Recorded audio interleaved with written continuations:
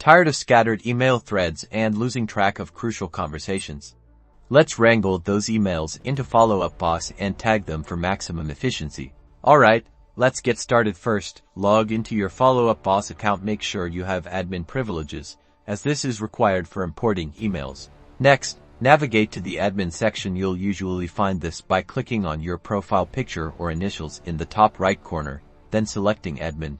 Now, look for the import emails option and click on it. You'll be presented with different import methods, such as forwarding from the mail or connecting your email provider. Choose the method that best suits your setup.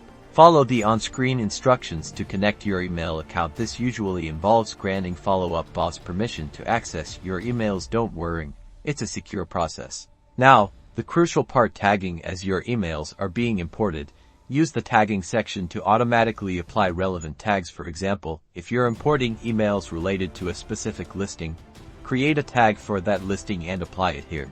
Let the import process run. Depending on the volume of emails, this might take a little while. You can continue working in follow-up boss while the import is in progress. Once the import is complete, go to the lead profile that the emails belong to. You should now see all the imported email conversations neatly organized within their timeline, with the tags you applied visible. And that's it.